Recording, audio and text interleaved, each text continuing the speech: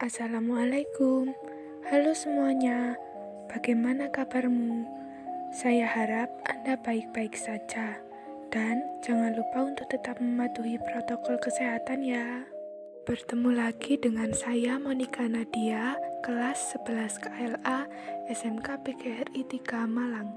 Di video kali ini saya akan menjelaskan sedikit tentang apa itu limbah padat dan melakukan praktikum pengolahan limbah padat. Yuk simak videonya. Pengertian limbah padat. Limbah padat adalah sisa hasil kegiatan industri ataupun aktivitas domestik yang berbentuk padat. Contoh dari limbah padat yaitu kertas, plastik, serbuk besi, serbuk kayu, kain, dan lain-lain. Limbah padat dapat diklasifikasikan menjadi 6 kelompok, yaitu sebagai berikut. 1. Sampah organik mudah busuk. 2. Sampah anorganik dan organik tak membusuk. 3. Sampah abu. 4. Sampah bangkai binatang. 5. Sampah sapuan. Dan yang terakhir adalah sampah industri. Latar belakang masalah.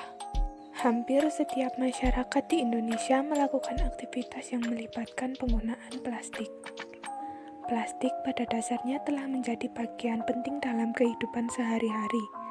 Penggunaannya susah digantikan dengan bahan lain karena memiliki kelebihan yang fleksibel, ringan, kuat, tahan terhadap korosi, transparan, dan mudah diwarnai, serta sifat tidak cepat mengantarkan panas yang cukup baik.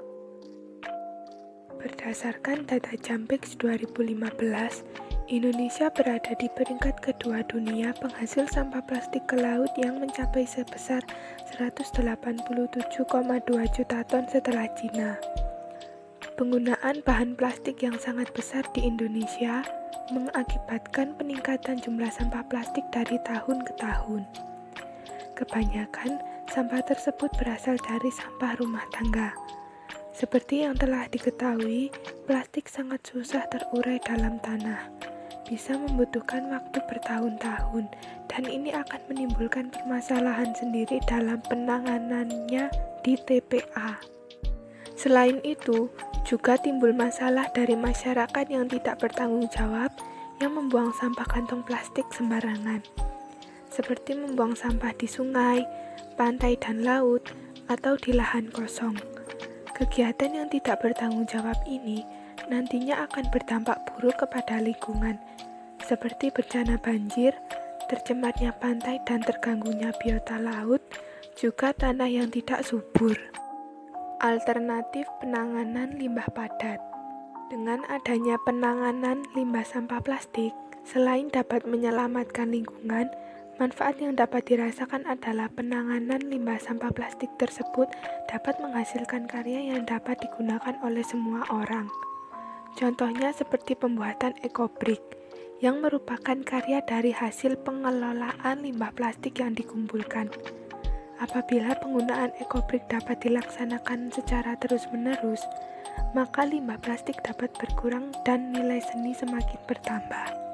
Munculnya ekobrik dapat mengurangi permasalahan sampah plastik di sekitar kita sedikit demi sedikit bisa ditanggulangi dengan sedikit kemampuan dan rasa kepedulian terhadap lingkungan. Ekobrik berasal dari kata eko dan brik yang artinya bata ramah lingkungan. Disebut bata karena ia dapat menjadi alternatif bata konvensional dalam mendirikan bangunan. Maka dari itu, ekobrik bisa dimanfaatkan sebagai bahan baku pembuatan furnitur. Berikut ini adalah langkah-langkah pembuatan ekobrik dan kursi dari ekobrik.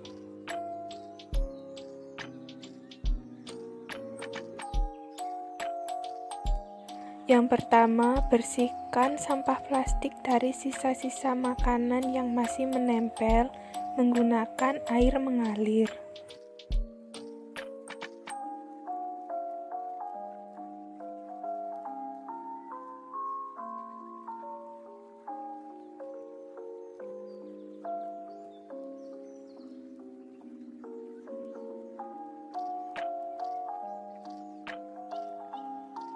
Keringkan sampah-sampah plastik yang sudah dibersihkan tadi hingga benar-benar kering.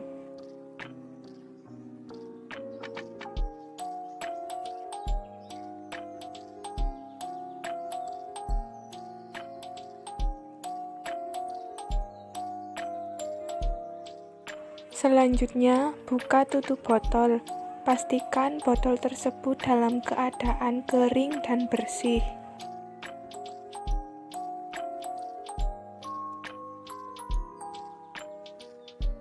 Lalu, potong sampah plastik yang sudah dikeringkan tadi menjadi bentuk yang lebih kecil.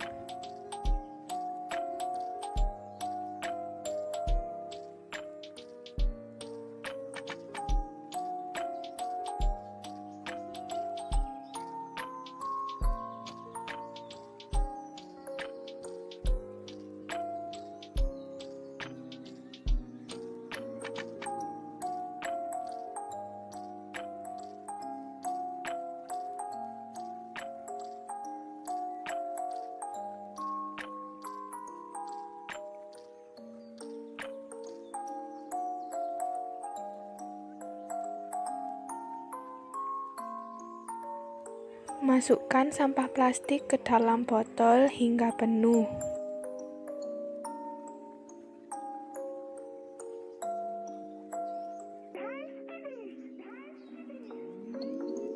Dan jangan lupa gunakan kayu atau alat bantu lain untuk menekan sampah saat memasukkan ke dalam botol. Hal ini bertujuan agar botol menjadi padat dan tidak penyok saat diduduki. Satukan botol dan rangkai menjadi bentuk segi 6 dan sebagainya dengan cara mengelem satu persatu.